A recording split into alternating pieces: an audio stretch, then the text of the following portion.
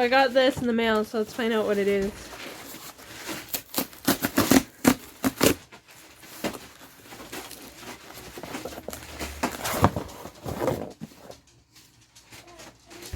Finally!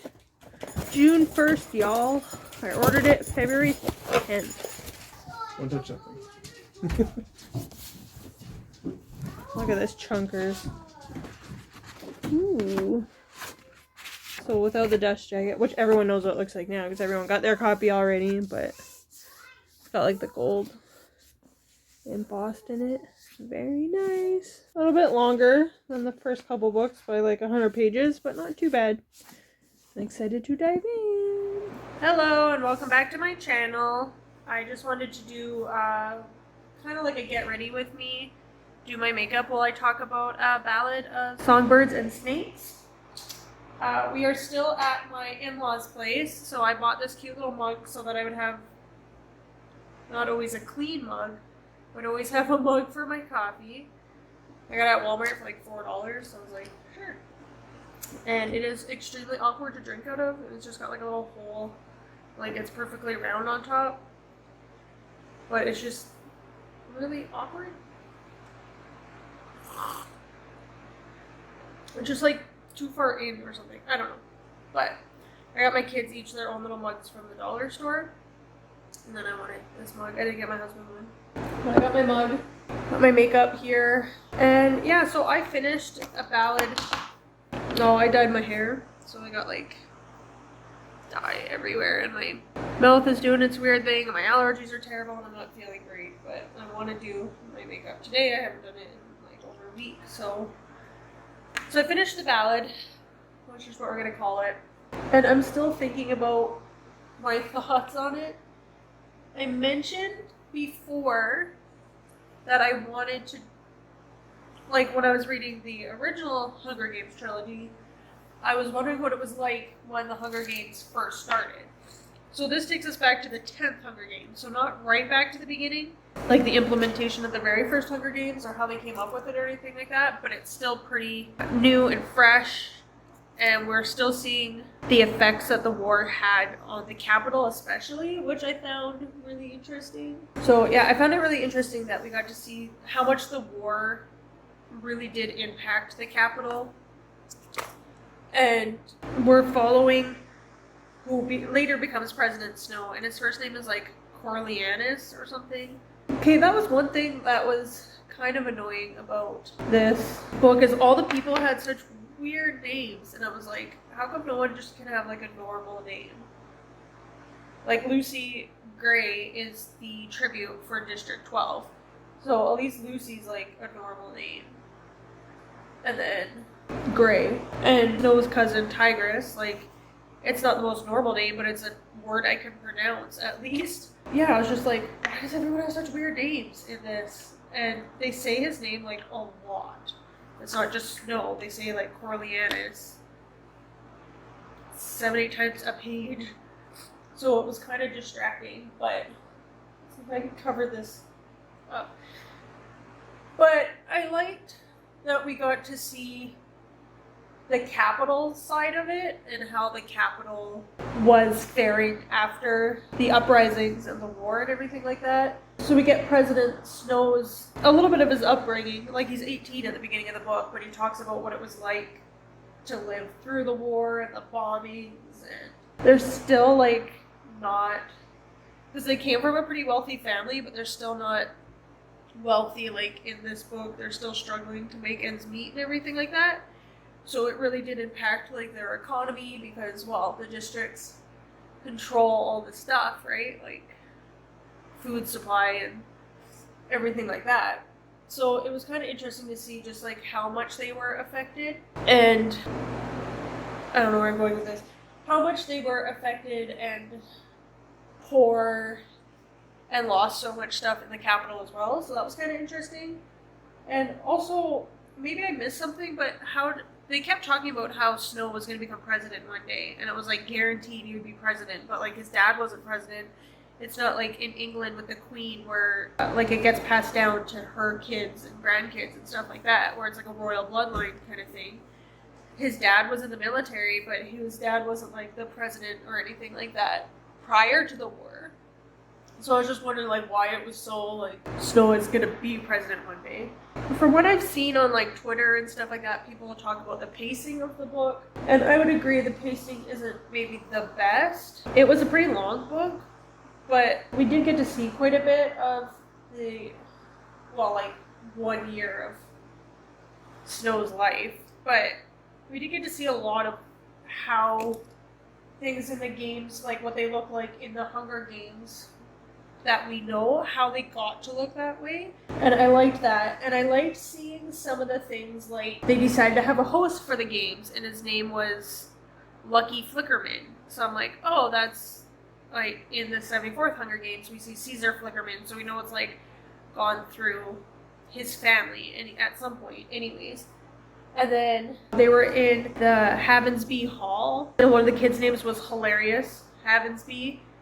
And I was like, okay, because Havensby is from the second and third books, and he's like the head game maker. That's actually part of the revolution. So it was kind of cool to see like those names pop up again. And then Tigress, I wasn't expecting to be there. She shows up in the third book, and she like does not like Snow. They're related, right? So I'm trying not to do spoilers, but it's hard because I've read them all now, and I'm not thinking about like what could be a spoiler. So I have these like white dots in the corner of my eye, and my mom said her doctor said that's from too much sugar in the diet. So I'm eating breakfast at the same time. When it comes to makeup, I have no idea what I'm doing, so just ignore that. So we see in the Hunger Games, like obviously by the time we see them in the first book, it's the 74th Hunger Games, so they're pretty established. So we get to see how all that stuff kind of got established, and when they're doing the Hunger Games, they have mentors, and the mentors are the tributes that have won in previous years from that district. So in the 10th Hunger Games, this is where the mentorship comes in and it starts, but it's the kids from the capital.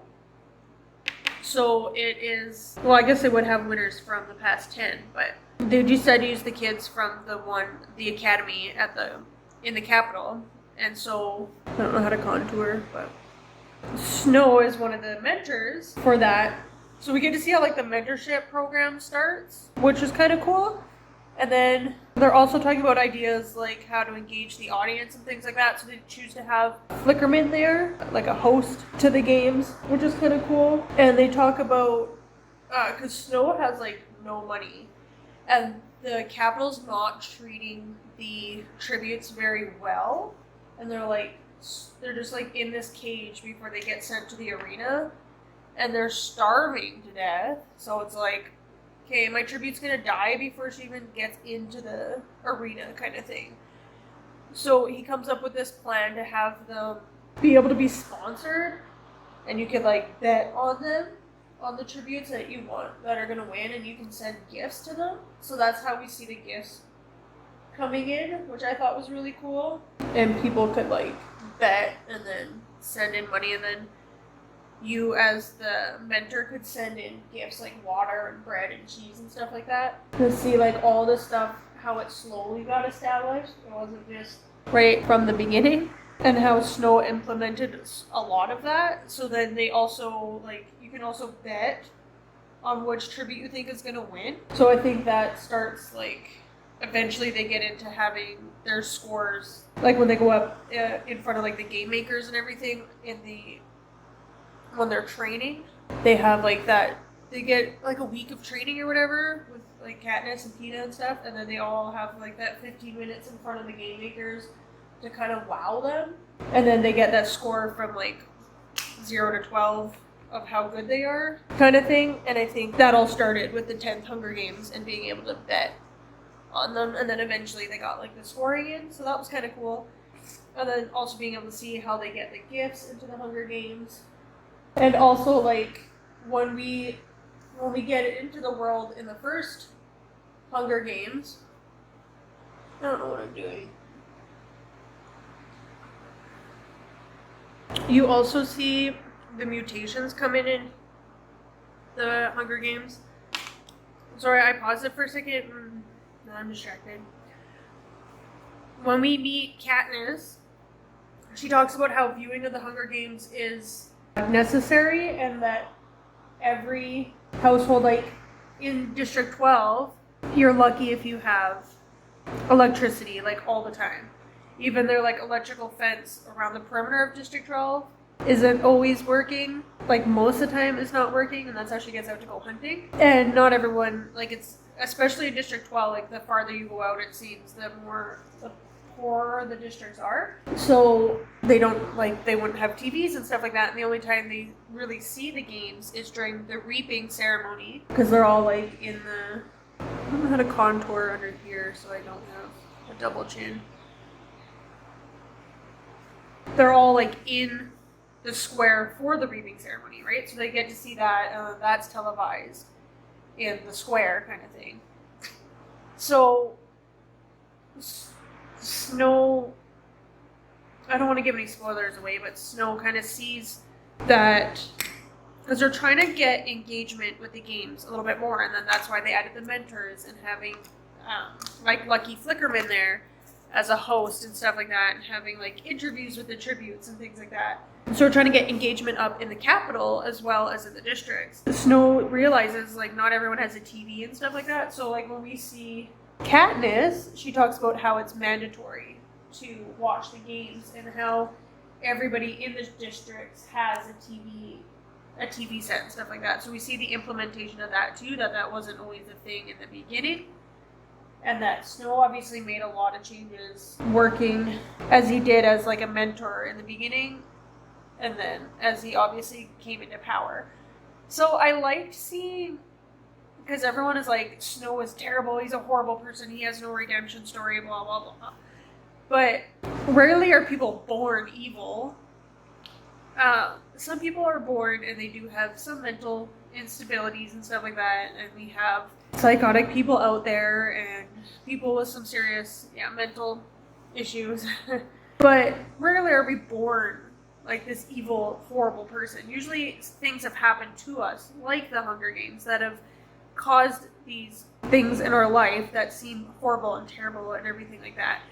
So it was interesting to go back and see like where Snow started, because he's 18 at the beginning, like during the 10th Hunger Games. So he was 8 when the war ended. But I think he was like 2 or something when the war started. So he's lived his life. Like all his memories have been either in conflict, in war, hiding, bomb scares and running from bombs and going to bomb shelters and things like that. So he's either been doing that or he's been recovering from the war and trying to get like, they have a motto that Snow falls on top. So the family's like an important family in the capital and stuff like that, and very not humble people. So we get to see how his life started and how he wasn't this like horrible evil person that we think of him from the Hunger Games. Yeah, like he didn't start out evil, but you kind of see the progression through the book, and I'm like, I don't know. I feel like he just very quickly went from this kid into this like monster kind of thing. Like very quickly he traveled from still recovering from the war and having some PTSD issues and things like that, like being an 18-year-old kid, basically an orphan, his parents are both dead, to just being a lot more cold-blooded and cold-hearted. And I felt like that was kind of quick, like for the pacing being kind of slow. How did he turn so evil so quickly, kind of thing? But I guess we don't see his whole story. We don't see up until like his presidency or the 74th Hunger Games or anything like that. We just see up until like the end of that year kind of thing. But yeah, he changed a lot from the beginning of the book to the end of the book. I'm gonna clean you up. I also like seeing where the Hanging Tree song came from. I thought that was cool. The birth of the song, the Hanging Tree, and that it obviously stuck around for 60 plus years. So that was kind of cool. It did answer some of the questions I was having when watching and reading the original Hunger Games. about how things kind of started. And like I was saying, we saw mutations, the mutations or whatever, because there's a doctor, Dr. Wall, and she's like the scientist. She's one that works very closely with the Hunger Games and making things like the mutation things to in the lab and everything like that. And she's like crazy scientist lady. I don't know what I feel about the love story in it. I think it's kind of understandable, the love that develops with Snow because of the circumstances that they're in. Like I was saying, in the original Hunger Games with Katniss and Peeta, they're in such a high stakes, very intense. Their whole relationship is in a very intense. They're going through something very traumatic and very intense and very life-threatening. And chances are only one of them's coming out of it alive. So I can understand like the feelings developing for each other because of like the bond of survival. They're like, I scratch your back, you scratch my back, you know, kind of thing. Like they are relying on each other to keep each other alive, Katniss and Peeta. So it's kind of the same with Snow and the romance in this book, where just the stakes are high. He obviously wants to keep her alive and like look out for her kind of thing. And just the intensity of being in the middle of working in the Hunger Games and everything like that. But the way they're at the end, how it all came to an end was really intense. Like, I don't know. How do you go so quickly? I think she was definitely a lot more deceptive than I think we realized. I don't know what else to say about it. I liked it. It was a good read. I think if you like the Hunger Games, you would like it for sure. I liked that we went back and got to see a little bit of how the Hunger Games was established and what it was like near the beginning. And I liked going back and seeing President Snow. I liked that he wasn't a terrible person from the beginning. Do you ever match your makeup to like your outfits or whatever you're wearing that day? Or do you just do your makeup however you want? I tend to try and match it. Like if I'm wearing a purple top or a pink top or something, then I'll do more like a pink tones, purple tones. A lot of my makeup is pink and purple, or these like gold colors and stuff. So I'm wearing kind of a summery, it's hot here, and I'm wearing a bit of like a tank top with some flowers on it, but I wanted to do more of a gold tones, I guess. I haven't watched any makeup tutorials in a long time. I should probably get back to that. I've been watching too much BookTube. I don't think I've watched a Nikki tutorial since the beginning of the year. But her makeup is like, she's an amazing artist, Nikki Tutorials. Just like crazy talented, and she uses makeup like paint, like it's her way of expressing art basically. But she doesn't do a lot of looks, like everyday looks that I want to walk out looking like, right? I think she's amazing and she's talented, and I can learn a lot of tips and tricks from her, but her like actual looks I cannot or do not want to recreate. I can't.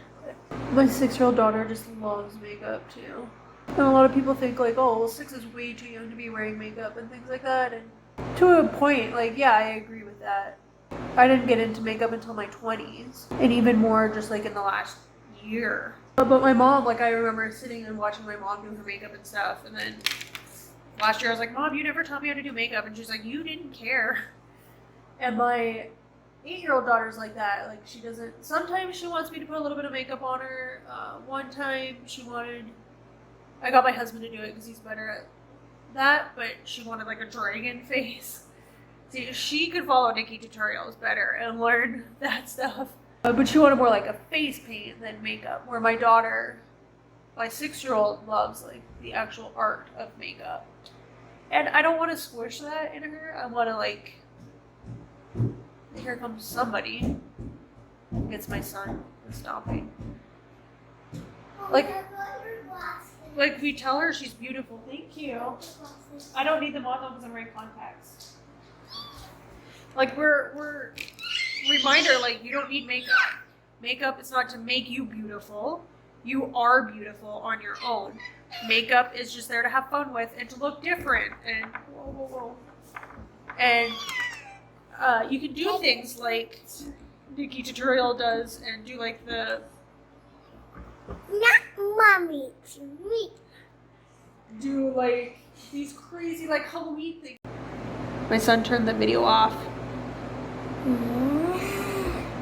But you can take makeup and use it like face painting basically and just change your look that way. But we're always telling my daughter, like, you don't need makeup to be beautiful. But it's fun and it's a way of expressing yourself and stuff like that. So I don't want to kill that in her either. Okay, I'm not done yet, but even he likes to put on makeup sometimes because everyone else is doing it. Why not him, right? I'm not gonna do any lipstick stuff because I'm still eating. And then I'll forget to do it. And I'll take a picture and I'll be like, why are my lips so pale? I don't know what else to say about Hunger Games. It's probably sitting at like a 3.5. Maybe not quite a 4 for me. Mommy's moving. I'm doing liquid eyeliner. Mommy's moving. Mommy's moving. Show them your cool new shirt from Auntie. Cool dinosaur. The video's all about me. Oh. The world is me. Okay, I have like 3 other books I really want to talk about, but I was like, I need to talk about the Hunger Games first. And I just really don't have that much to say about it. And I've been listening to Grip by Kennedy Ryan, I believe. I don't typically listen to the kind of books that Kennedy Ryan writes.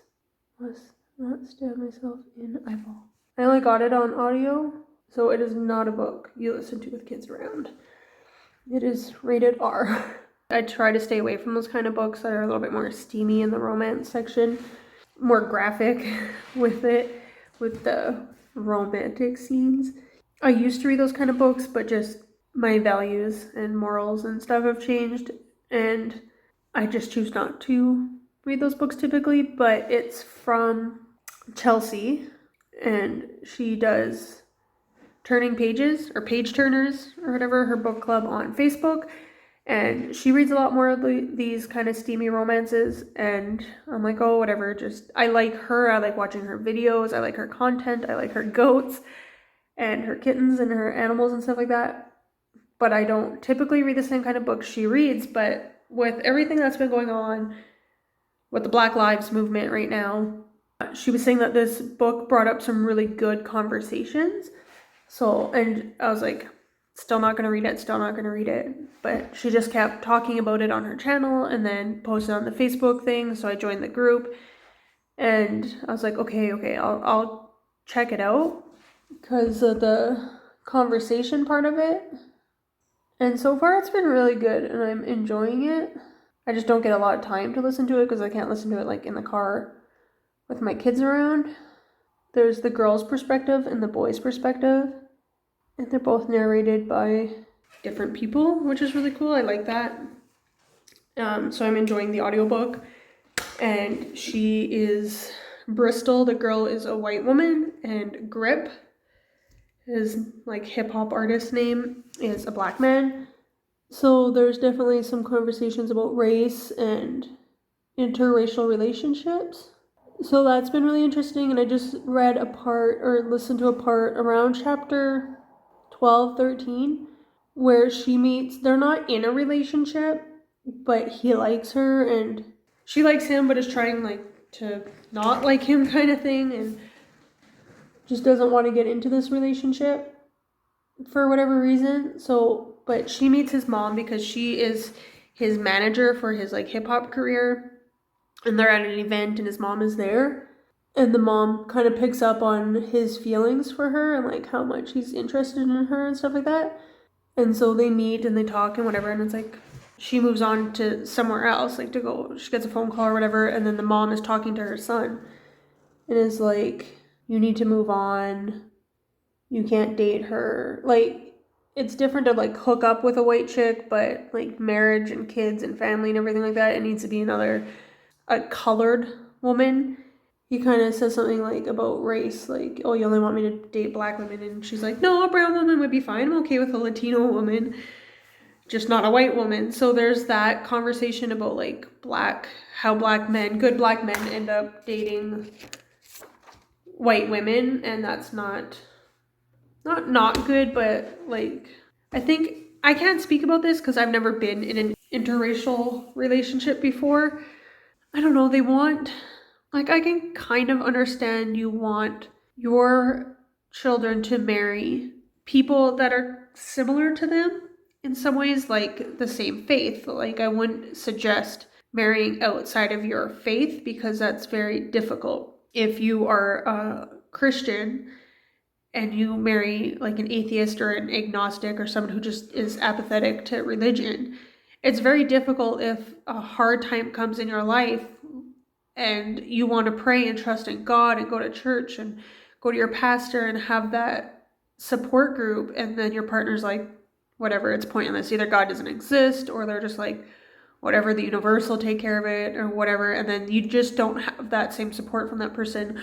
Or if you're from opposing religions, like a Muslim marries a Christian or a Jew or a Buddhist or something like that, then you just have these conflicts in such a huge area of your life. If you're a serious practicing Muslim or Christian or Jewish person, it's such a huge part of your life, right? So like, you want someone to marry within their same faith group, or marrying somebody with the same kind of background, like the way you grew up and stuff like that. So you have kind of shared experiences and just can relate to each other on that level is like a good thing. But also, like, I'm not against people marrying outside their culture, their ethnic background, their race, whatever. The only time I would say you should stay within your box would be with religion. But you can't, like my mom always says, you can't help who you fall in love with either. And that's a whole other conversation, a whole other like debate, a whole other video about falling in love or growing love over time or whatever. But yeah, it's just a really interesting conversation that she has with her son. And it's not a very long one. It probably comes up again a little bit later, but just about black men marrying outside of their race kind of thing. So anyways, that's where I'm at with grip, and I'm gonna go work on my hair and get changed. My husband just bought me this awesome shirt from Redbubble. It says, books are magical. And it's got a dragon on it and a book. So I'm so excited, I love it. But I'm gonna get changed into something else for today. And I don't know, my husband just got back. We've been at my in-laws for a week without him. We missed him so much. So we'll go plan something to do. That's it. I don't know. That's my review of my horrible, terrible review of the Ballad. I think I need someone else to talk to who's read it. And my husband's like, do you think I would like it? Because he hasn't read the first books, but he's watched the movies. And Ballad is on for audio. So I told him to he could check it out. And my friend too was thinking about listening to it or reading it, but she hasn't yet. So I think in order to get better thoughts on this, I need to talk to somebody. So I'm going to go listen to some other reviews and stuff too. I have queued up in my like over 60 watch later list on YouTube. Anyways, thank you for listening to my rambling, and while I do my makeup and enjoy my super cute coffee, and I'll see you next time. Bye.